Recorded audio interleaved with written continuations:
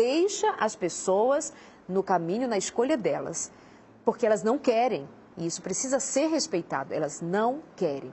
Há outros que querem mudança, que são despertados para a mudança, e é necessário respeitar aquelas e estas pessoas, e a quem esteja desejando isso. Você hoje tem um trabalho chamado Impacto, você trabalha para isso, a sua igreja, lá em Salvador, a Igreja Batista Lírio dos Vales. Lírio dos Vales, ó, e vocês ali têm essa preocupação de atender essas pessoas. Como tem sido para você estar à frente de um trabalho como esse? O Impacto é um seminário que nós ministramos e levamos treinamentos a líderes e pastores e também para a igreja durante 3 dias. Mas na nossa igreja tem o projeto Esperança, que é o projeto onde a igreja local, e não é denominacional, é um projeto interdenominacional, nós temos outros ministérios envolvidos, a nossa igreja ela empresta o espaço, ela libera todo o auditório para ser usado, mas ali existem muitas denominações envolvidas com o propósito de alcançar vidas que estão à margem da sociedade, voltadas para a prostituição. O Nordeste do Brasil é um dos estados que é mais afetado através da prostituição infantil. Segundo a Unicef, em 2010, mais de 350 mil crianças foram expostas à pornografia e à prostituição, vendidas pelos pais ou muitas vezes molestadas por aliciadores. E nós hoje temos um trabalho que é de evangelismo a travestis, prostitutas e pessoas que estão à margem da sociedade. E nós temos esse evangelismo direto, pessoa a pessoa, a gente vai até as madrugadas, a gente visita, levando alimento, levando a palavra de Deus e tendo uma assistência espiritual e social. E a intenção do Projeto Esperança hoje é nós termos um lugar de reintegração social, porque a maioria das pessoas que nós temos recebido são pessoas que estão à margem da sociedade, que não têm uma oportunidade de emprego, então, infelizmente, a prostituição é o que resta para essas pessoas e elas são levadas até essa situação. E o governo, infelizmente, tem um interesse muito mais de saúde pública e de capital, e não é tão social, porque se fosse social, teria uma interferência de mudança desse quadro. Interesse de saúde pública porque homens casados vão lá, se relacionam com prostitutas ou com travestis e muitas vezes levam doenças sexualmente transmissíveis dentro de casa e eles vão e tratam com a questão da preservação, dos preservativos e só bastou aí. Nossa intenção é reintegração social, oportunidade de emprego, de estudo, de cursos profissionalizantes, para que essas pessoas tenham a oportunidade de sair das ruas, parar de vender os corpos e trabalhar em outros setores que não sejam esses de riscos, Esse meio da prostituição, eu acho que dilacera tanto. Lamentável. O ser, a essência de cada um, vender. Claro que também tem aquele grupo que está ali porque, de alguma maneira, tem sua satisfação. Eu já ouvi de pessoas dizendo, eu estou porque eu quero, eu gosto, eu me achei ali, é ela. Mas há gente que é só porque está à margem. Eu lembro que você me disse de ter ouvido uma frase muito forte. Muito forte. Nós temos trabalhado diretamente com essas pessoas e uma pessoa que nós temos ajudado e aconselhado disse que a prostituição foi a mãe que recebeu esse travesti de braços abertos quando a família o abandonou. Então isso é uma verdade na vida de muitas pessoas. O Impulso, no caso, que é o seminário que nós ministramos, nós, quando eu digo, é porque eu, juntamente com Juliana Nascimento, que está aqui em São Paulo, e a gente tem esse link, os eventos são realizados nas igrejas, e a gente se une e se encontra nos eventos. Nós temos recebido pessoas também nas redes sociais, não é só voltado para a prostituição, Sim. Mas temos um acompanhamento também virtual, depois a gente vai deixar o site, vai deixar aí as redes sociais, de pessoas homossexuais que têm buscado ajuda, lésbicas, pessoas que têm, famílias, pais e mães que têm buscado também um direcionamento. Então nós fazemos um trabalho de aconselhamento, de direcionamento, de esperança para essas pessoas dentro do que nós temos vivido. Juliana também, que está me ajudando nesse trabalho, ela também teve uma experiência na área sexual muito forte e ela hoje tem aconselhado também mulheres nessa área. Você sabe que isso ajuda-os a continuar perseverando nesse caminho. Porque à medida que nós usamos da nossa experiência, especialmente a experiência com Deus, o que nós vivemos, nós queremos compartilhar. E à medida que nós compartilhamos, o Senhor vai nos fortalecendo. Se nós estamos nele, escondidos nele, nós vamos ficar mais firmados do que tentados a qualquer outra atitude de abandono, porque tem gente que tem medo de assim, se voltar para ajudar, vai que cai em tentação de novo, né? Sim. Tem que estar escondido em Cristo.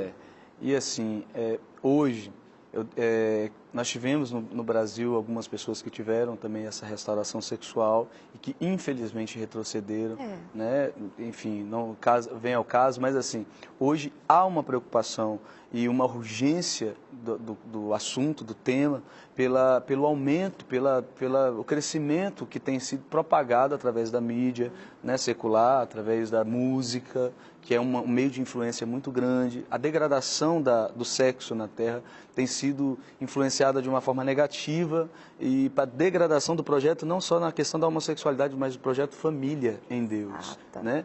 Então, nós temos aí tentado ajudar da forma que nós temos, as limitações que nós temos até mesmo de conhecimento na área, porque são assuntos muito profundos, envolve a psicologia, envolve a medicina, envolve a ciência. Então, hoje o espiritual, para mim, é uma das saídas e que o ser humano encontra mais êxito no espiritual do que na medicina ou em outro setor. Em outras ferramentas. Outras ferramentas. Você, em algum momento você achou que não ia conseguir avançar, ou você sempre teve a confiança, estou indo, estou avançando? Porque você me fez lembrar agora destes que infelizmente retrocederam por suas histórias, por suas questões pessoais, e Deus cuidará de cada um deles, mas no seu caso, em algum momento você teve esse temor assim, ai meu Deus, me ajuda? Quando eu pensei em retroceder, eu me lembrei dos momentos em que eu estava lá, no mundo ainda, e nessa situação. E na minha balança da vida, pesou quem eu sou hoje em Deus e quem eu era antes sem Ele. Então, isso sempre vai prevalecer, porque Deus, Ele une propósitos na nossa vida, Ele linka pessoas e o mais importante disso é nós estarmos alinhados dentro desse propósito, buscando aperfeiçoar cada dia esse chamado, né, de levar o Evangelho, de levar essa missão que é o amor. E eu, como homem, sou falho todos os dias e careço da graça de Deus para poder caminhar na terra, mas tenho buscado a cada dia caminhar com Ele. Eu acho que é o melhor caminho, não há outra direção.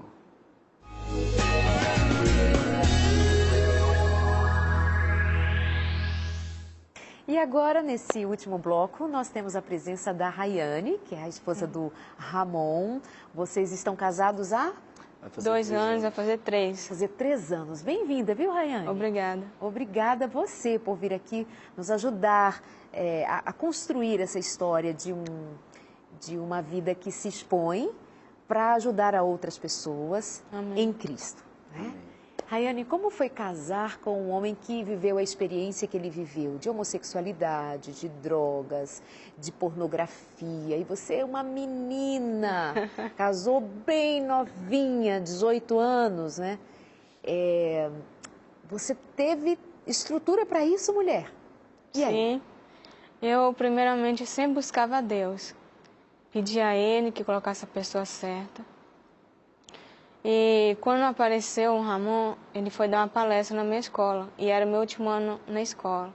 E ia vencer os 5 anos de propósito também com Deus. Você já era cristã? Sim. E já tinha propósito com Deus para o seu futuro casamento? Sim. Ah. Para não passar por decepção ruim no futuro. Sua família ensinou isso a você? Sim. Você cuidasse para que Deus te desse um bom casamento, um bom homem? Sim. E apareceu o Ramon? Foi. Você no ensino médio ainda? É. Eu vi. Como foi o passo seguinte? O passo foi, quando eu olhei para o Ramon, eu sentei na primeira carreira, na frente. E aí um amigo pediu, Rayane, entregue este copo de água para o Ramon. Quando eu entreguei, o coração começou a disparar. E eu pude sentir que era isso que Deus estava preparando para mim. Sério? Foi. Assim? Foi. Ramon só pegou o copo com água e nada mais. Eu não lembro dela. Não. Ô, dó. Eu lembro da água, mas não lembro dela.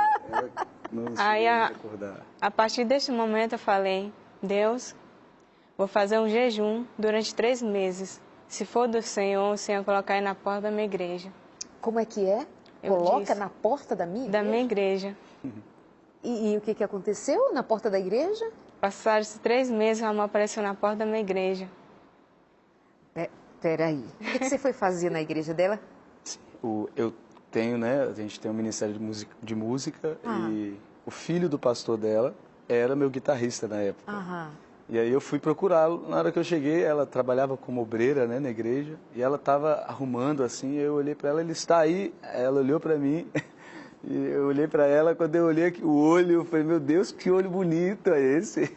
Aí você, neste momento, Tem um você a olho muito enxergou, lindo, né? é. E aí a gente teve aquele primeiro encontro ali, é verdadeiro, porque na escola eu não me lembro. Né? Claro, você foi dar uma palestra, Foi não estava isso. percebendo, e você estava jejuando por Sim. 3 meses, dentro daquele período de 5 anos de entrega a Deus, esperando um casamento.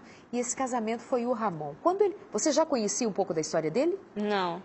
Nesse dia que ele foi na minha igreja, ele me convidou para sair à noite para lanchar. Aí eu disse para ele, olha, primeiro eu vou falar com a minha mãe. Se ela deixar, eu vou. E deixaram. Sua mãe deixou. Como foi naquela primeira conversa, você já contou da sua vida? Ainda não. Não, a gente, eu esperei um tempo ainda, mas já se sabia na minha cidade da minha conversão, embora a Rayane não tinha, né, muito Conhecimento disso. Mas eu tive essa primeira conversa de uma forma muito natural também, e muito sincera e muito verdadeira. E aí você aceitou. Sim. Tudo bem. Casaram. Sua família aceitou, tudo bem, também. Sim. E casaram. Afinal de contas, uma família cristã que acreditou que o propósito de Deus estava se cumprindo. Um tempo muito longo de oração, de espera, confiança em Deus. Muito bem. Tendo casado, qual foi sua participação no processo dele enquanto homem casado agora? Era uma nova fase, estava convertido,